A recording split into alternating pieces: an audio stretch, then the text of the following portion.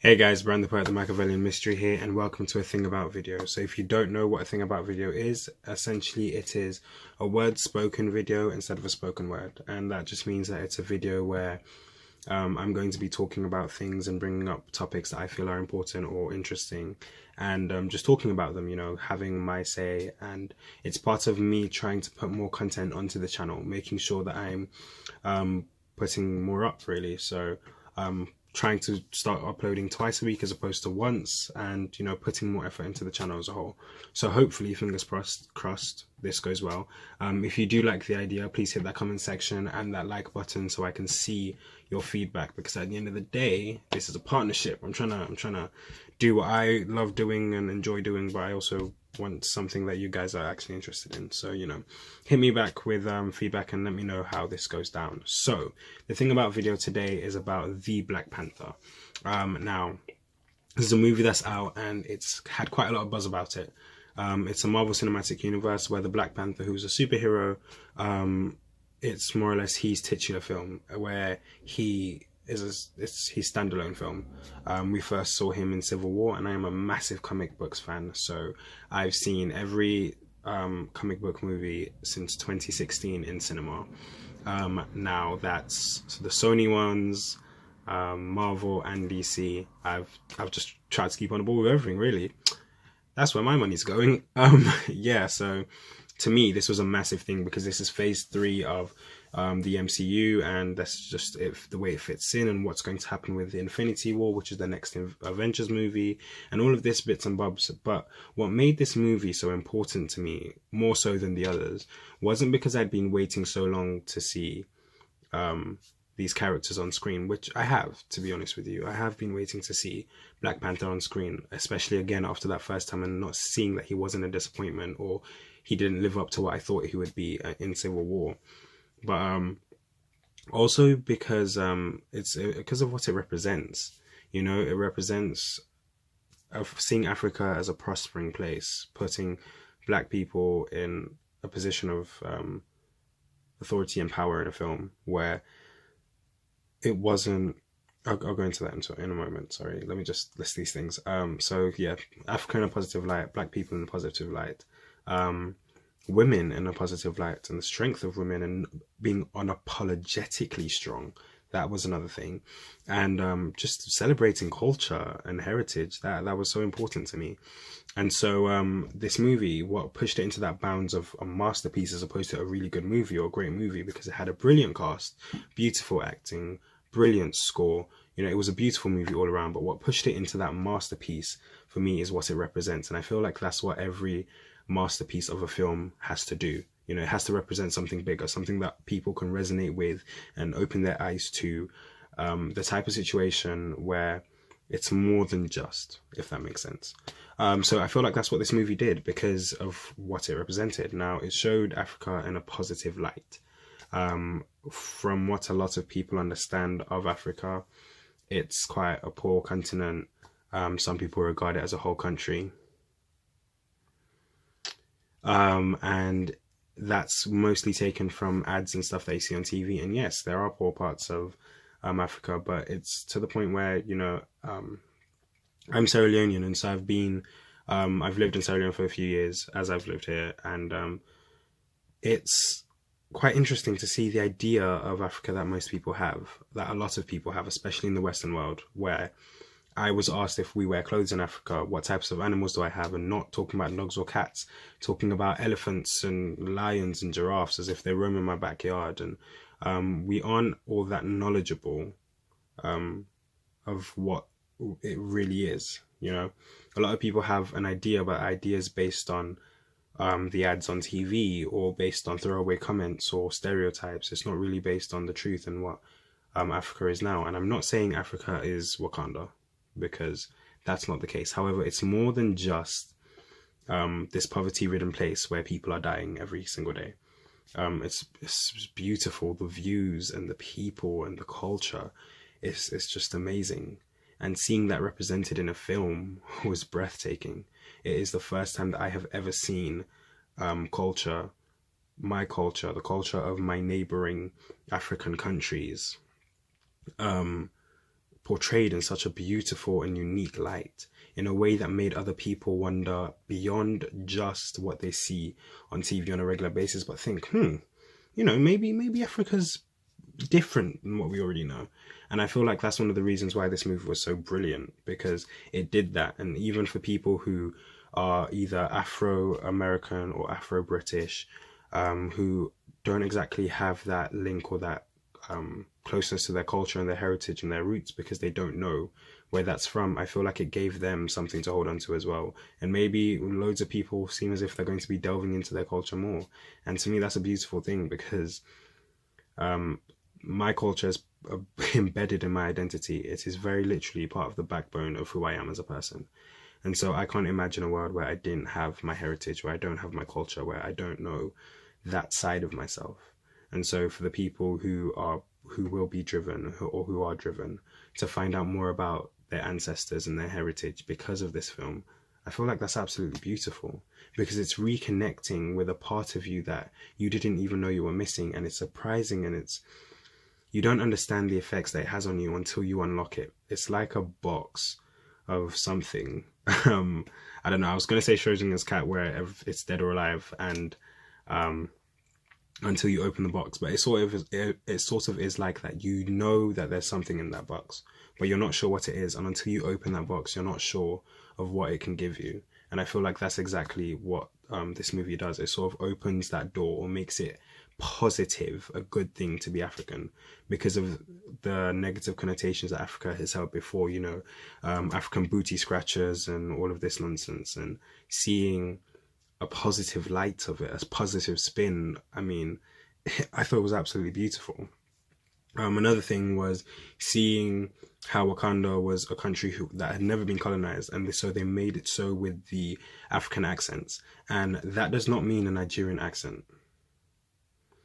More along the lines of from different parts of the diaspora, and you could see that if you were watching it properly and you were really listening, and you can hear how some people sounded Kenyan or Zimbabwean, or you heard like the Nigerian or Ghanaian, or you heard it from the different regions of Africa. And I feel like that was a beautiful thing as well, because they tried to be as representative as possible.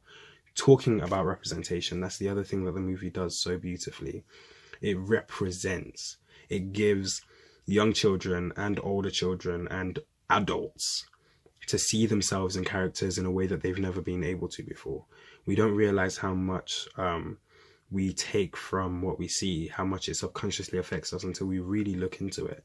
And to be honest with you, seeing yourself in a character who is portrayed as a king, in a character who is portrayed as strong, in a character who is seen as a general.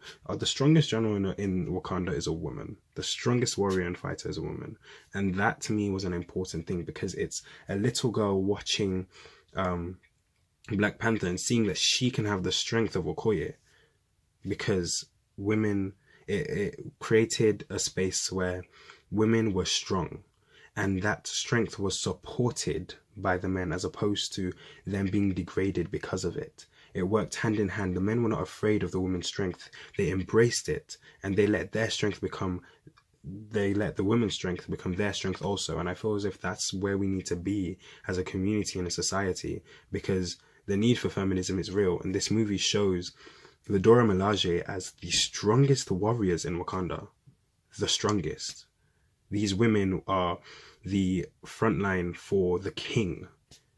And I don't feel like a lot of people have deeped how important that is. Seeing that is just amazing, because you don't have many platforms that do show that. Or even if they do, especially for girls of color, where there's so many girls of color who have such poor self-esteem because they don't see themselves as beautiful. Because when they see beauty, they don't see their locks, and they don't see their skin, and they don't see their accents, and they don't see themselves. And so having a platform where they can see that, having a platform where young boys can see themselves as T'Challa, king of Wakanda, can see themselves as Killmonger, visionaries. Even though he was a villain, don't get me wrong, I'm not saying that's what they should copy, but he was a visionary, and he was strong, and he stood by what he believed in. And seeing all these other characters like M'Baku, who was strong, and he was funny, and he showed care. He did not let his pride get in front of his people. And all of these are they're such important things, and you don't understand how important they are until you realize some children have lived not knowing that they could see themselves as superheroes, not knowing that they could see themselves as geniuses like Shuri is, not knowing that they could see themselves as more than just black kids who are told that they're loud or who are judged. And it's very important to see yourself. It is very important, because like I said, the subconscious effect it's something else. The other thing that the movie does is represent the character Killmonger, and to me, Killmonger wasn't exactly a villain. He was an antagonist, and a brilliant one at that. And the reason why I say this is because although he had very good intentions, because he didn't understand how Wakanda as a nation so technologically advanced could have not helped with all the problems in the world, especially those faced by black people. It was sort of trying to reconcile that in his head, trying to rationalize that, trying to change that, trying to be the change that he believed that the world needs.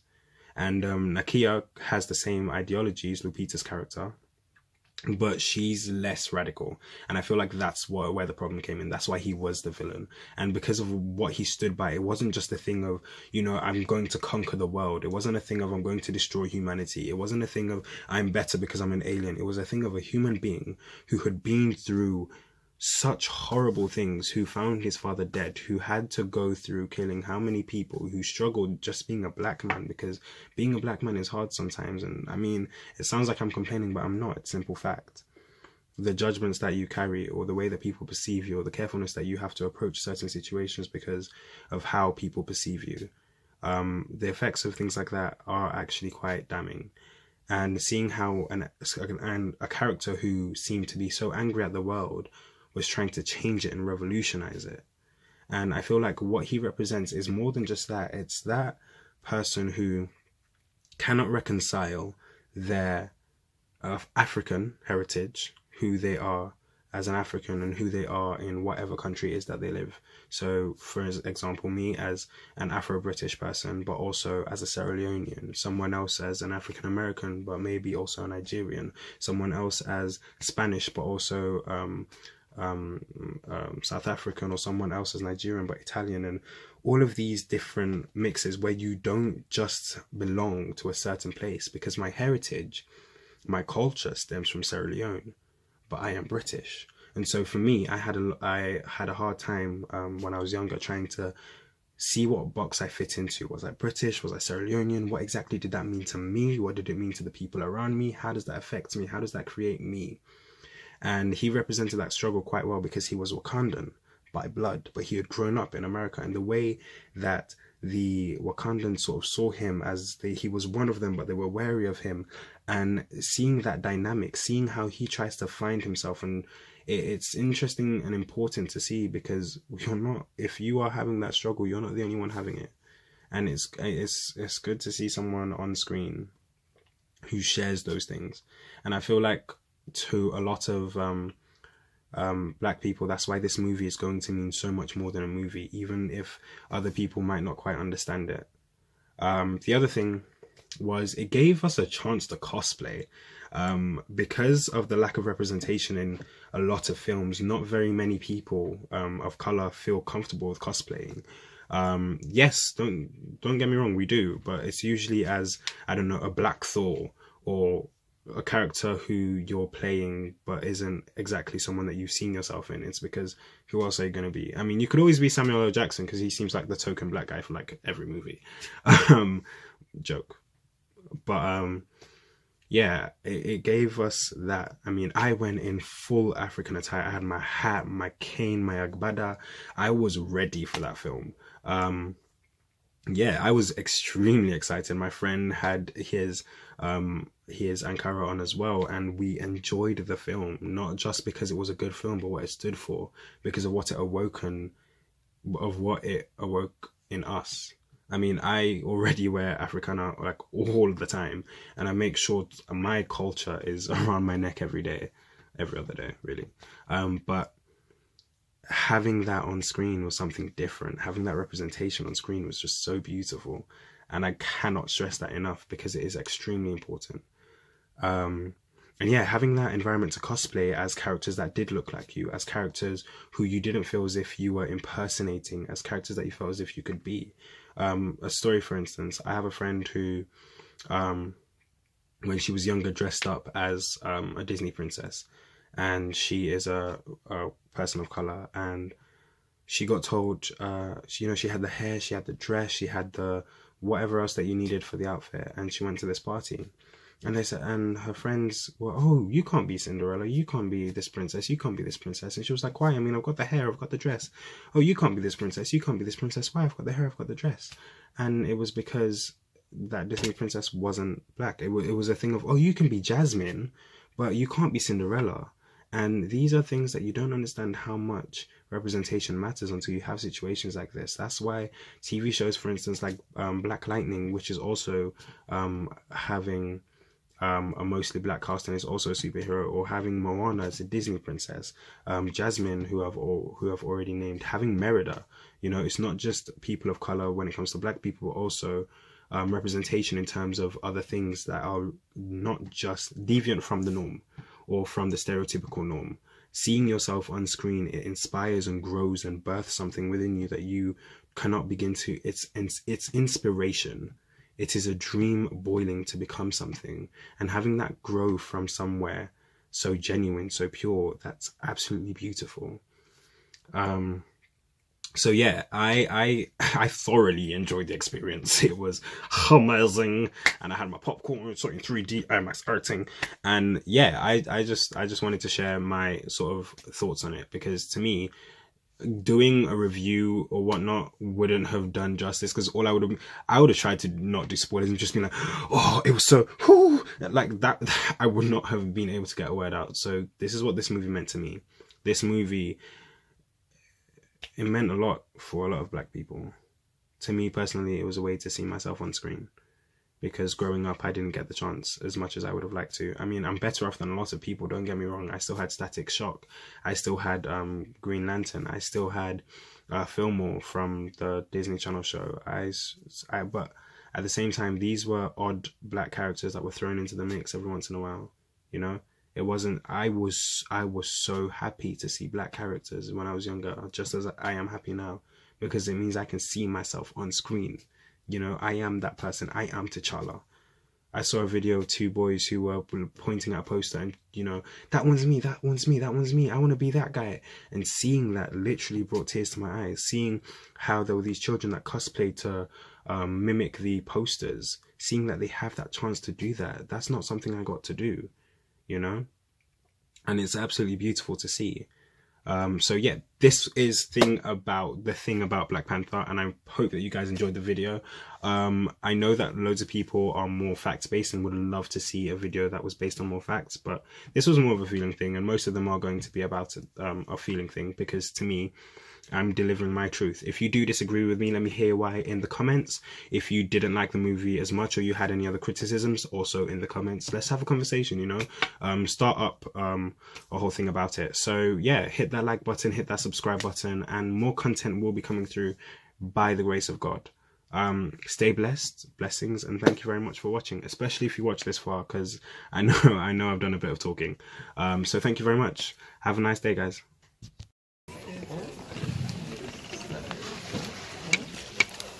Wakanda forever!